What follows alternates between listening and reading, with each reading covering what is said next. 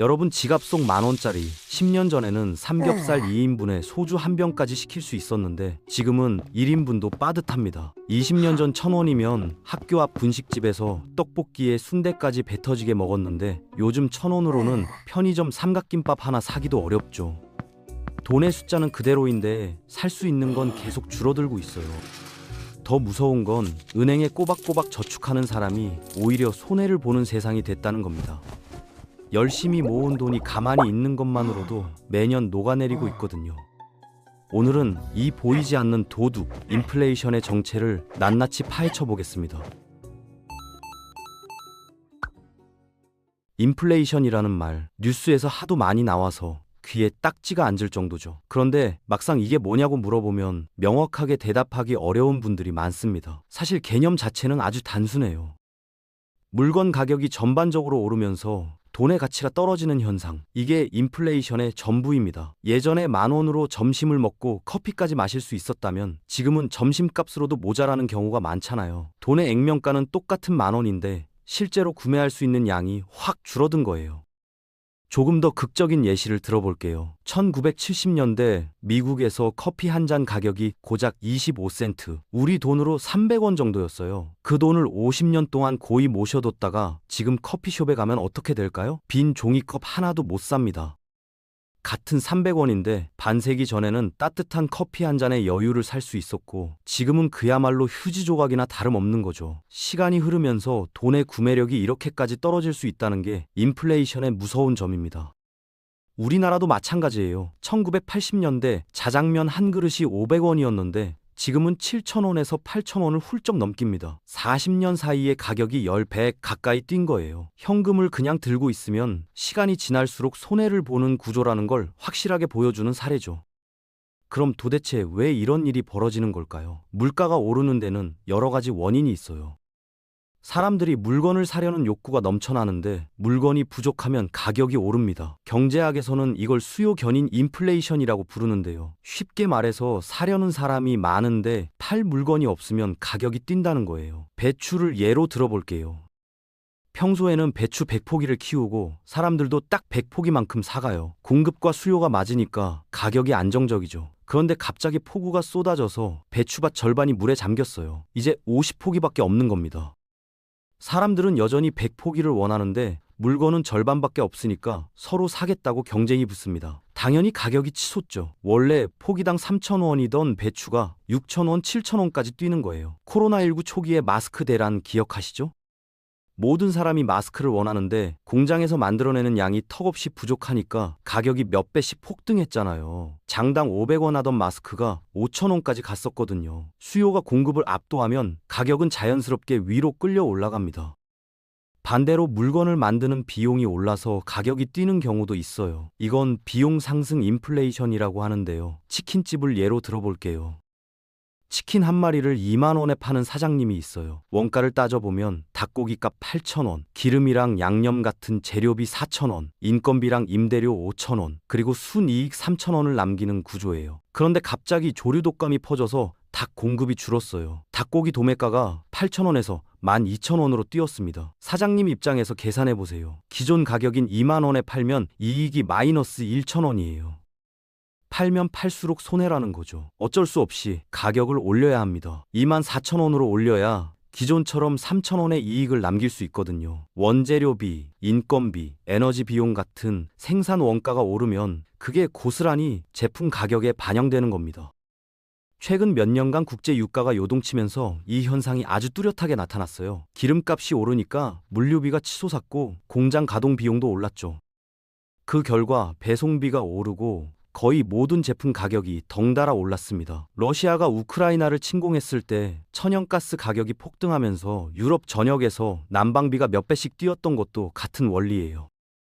임금과 물가가 서로를 끌어올리는 악순환도 있어요. 이걸 내재적 인플레이션이라고 하는데 어떤 공장 직원이 월급 300만 원을 받고 생활비로 250만 원을 쓴다고 해볼게요. 50만 원은 저축할 수 있는 여유가 있죠. 그런데 물가가 올라서 생활비가 300만 원이 됐어요. 이제 저축은커녕 월급을 다 써도 빠듯한 상황이 된 겁니다.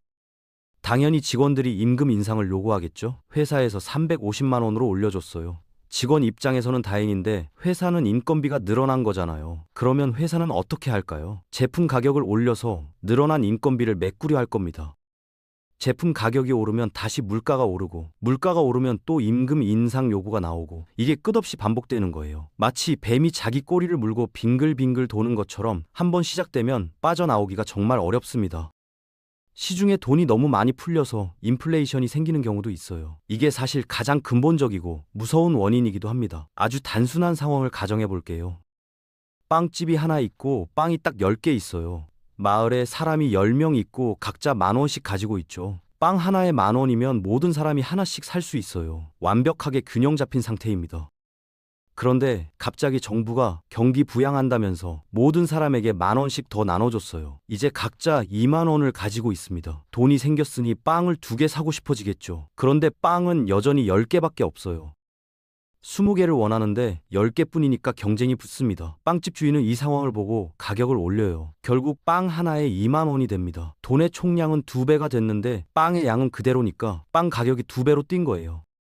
여기서 핵심을 짚어드릴게요. 빵이 더 맛있어진 것도 아니고 빵을 만드는데 더 비싼 재료가 들어간 것도 아니에요. 단지 돈이 많아졌을 뿐인데 가격이 오른 겁니다. 이게 바로 화폐 가치 하락의 본질이에요. 돈을 마구 찍어내면 돈의 가치가 떨어지고 그만큼 물건 가격은 올라가는 거죠. 실제로 이런 일이 벌어진 나라들이 있어요. 가장 유명한 사례가 짐바브웨입니다. 2000년대 후반 짐바브웨 정부는 재정 적자를 메우기 위해 돈을 미친 듯이 찍어냈어요. 그 결과가 어땠을까요? 2008년 11월 기준 월간 인플레이션율이 무려 7.96%를 기록했습니다. 아침에 100원이던 빵이 저녁에 100만 원이 되는 수준이에요. 사람들이 월급을 받으면 그 자리에서 바로 뛰어가서 물건을 샀어요. 1시간만 지나도 가격이 확 뛰니까요. 베네수엘라도 비슷한 상황을 겪었습니다. 석유 가격이 폭락하자 정부가 돈을 찍어서 위기를 넘기려 했는데 그 결과 2018년에는 연간 인플레이션율이 100만 %를 넘겼어요. 베네수엘라 화폐인 볼리바르가 너무 쓸모없어져서 사람들이 돈다발을 쓰레기통에 버리는 사진이 전 세계에 퍼졌죠. 화장지보다 돈이 더 싸다는 말이 나올 정도였거든요.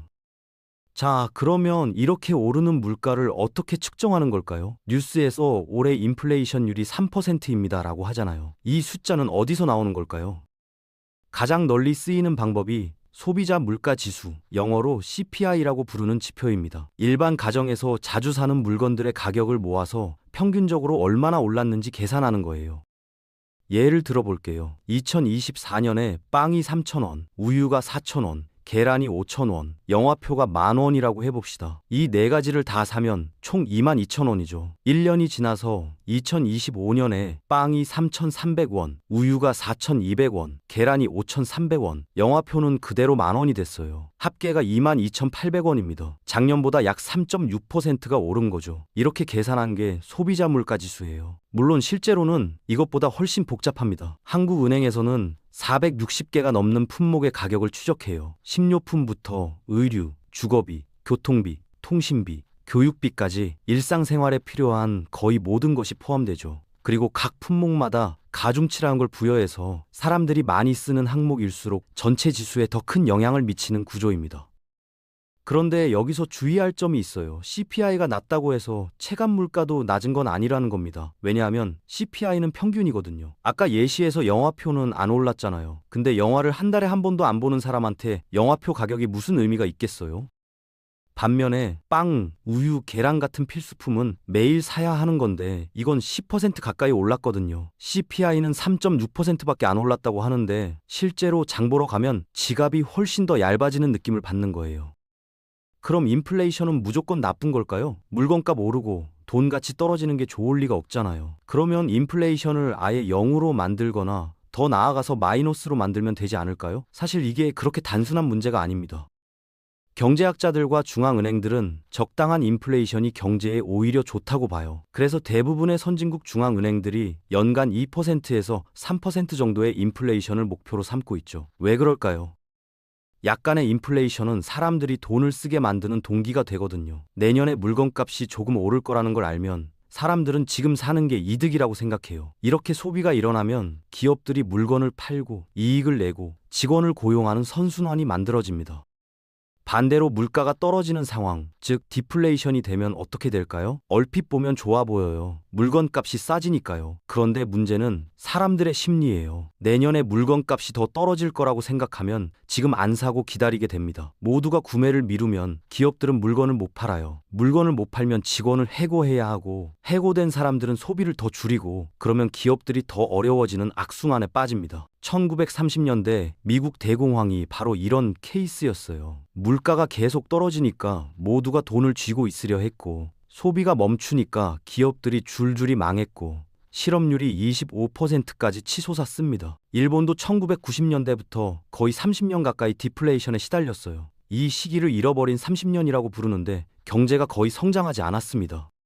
그런데 적당한 인플레이션이 좋다고 해서 많으면 더 좋은 건 아니에요. 인플레이션이 걷잡을 수 없이 치솟으면 그건 하이퍼 인플레이션이라고 부르는 재앙이 됩니다. 보통 한 달에 물가가 50% 이상 오르면 하이퍼 인플레이션으로 분류해요. 1월에 3,000원 하던 빵이 2월에 4,500원, 3월에 6,750원 이런 식으로 기하급수적으로 뛰는 거예요. 1년이면 가격이 약 130배가 됩니다. 아까 말씀드린 짐바브웨나 베네수엘라가 이런 상황이었죠. 자, 그러면 도대체 어떻게 인플레이션을 조절하는 걸까요? 여기에는 두 가지 큰 축이 있어요. 중앙은행이 하는 통화정책, 그리고 정부가 하는 재정정책입니다.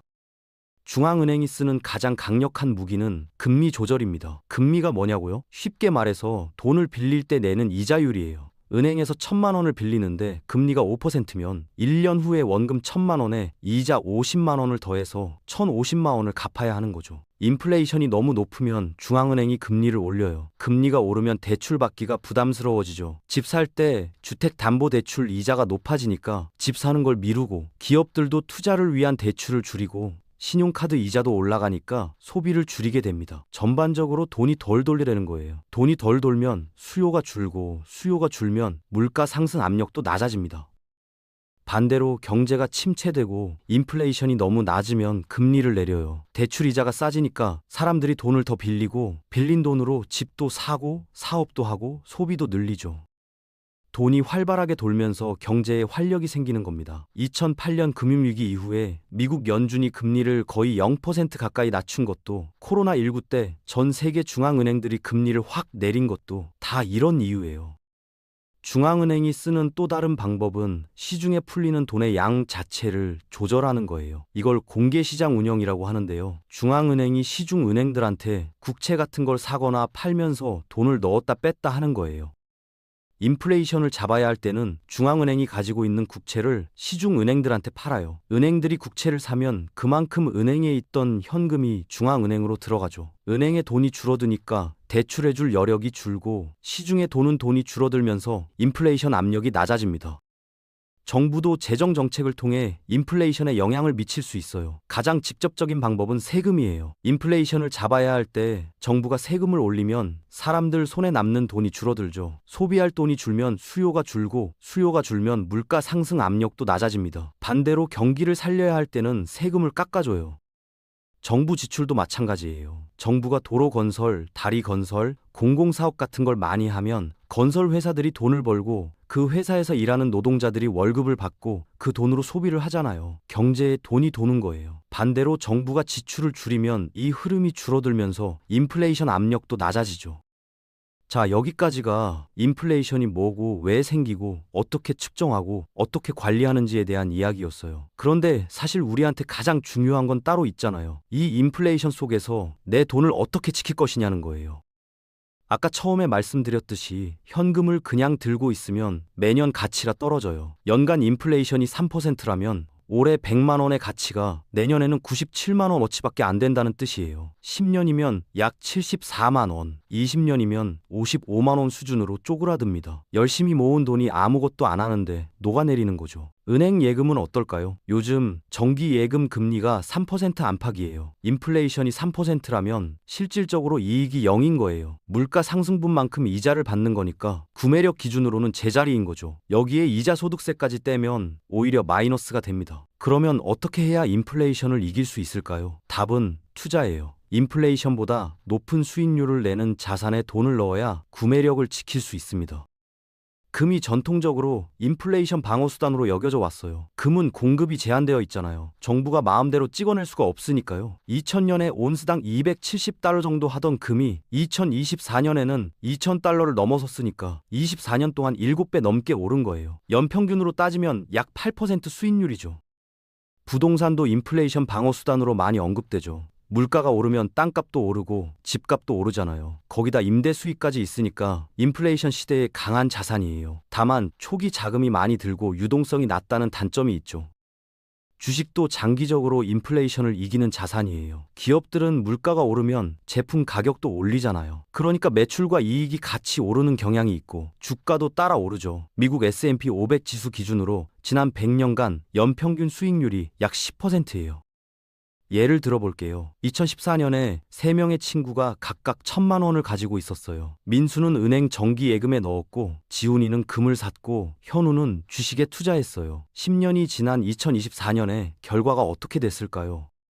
은행에 넣은 민수는 연 2% 이자를 받아서 약 1220만 원이 됐어요. 하지만 10년간 물가가 약 30% 올랐으니까 실질 가치로는 940만 원 정도밖에 안 되는 거예요. 오히려 60만 원 어치를 입은 셈이죠. 금을 산 지훈이는 금값이 약 80% 올라서 1800만 원이 됐어요. 인플레이션을 빼도 1380만 원의 실질 가치니까 380만 원을 번 겁니다. 주식에 투자한 현우는 연평균 10% 수익률을 가정하면 약 2590만 원이 됐어요. 인플레이션 빼도 약 2천만 원의 실질 가치니까 1000만 원을 번 거죠. 같은 1000만 원을 가지고 시작했는데 10년 후에는 940만 원, 1380만 원, 2000만 원으로 완전히 다른 결과가 나온 거예요. 이게 인플레이션 시대에 투자가 중요한 이유입니다. 물론 주식이나 다른 투자 자산은 변동성이 있어서 손실 위험도 있어요. 그래서 무턱대고 투자하면 안 되고 공부를 하고 분산 투자를 하고 장기적인 시각으로 접근해야 합니다. 마지막으로 중요한 점 하나 말씀드릴게요. 투자는 절대 빚내서 하면 안 됩니다. 레버리지 투자라고 해서 빚을 내서 투자금을 불리는 방법이 있는데 이건 양날의 검이에요. 수익이 날 때는 크게 나지만 손실이 날 때도 크게 나거든요. 인플레이션을 이기려다가 빚더미에 앉을 수 있습니다. 정리해 볼게요. 인플레이션은 경제에서 피할 수 없는 현상이에요. 물건값이 오르고 돈 가치가 떨어지는 건 어쩔 수 없는 거죠. 중요한 건 이 현실을 인정하고 대비하는 거예요. 현금을 그냥 쥐고 있으면 손해예요. 은행 예금만으로는 인플레이션을 이기기 어려워요. 인플레이션보다 높은 수익률을 내는 자산에 투자해야 구매력을 지킬 수 있습니다. 그리고 무엇보다 공부가 필요합니다. 잘 모르는 분야에 돈을 넣으면 그건 투자가 아니라 도박이에요. 인플레이션을 이기는 가장 좋은 방법은 금융 지식으로 무장하는 거예요. 여러분의 소중한 돈이 보이지 않는 도둑한테 빼앗기지 않도록 오늘부터 준비해 보시는 건 어떨까요?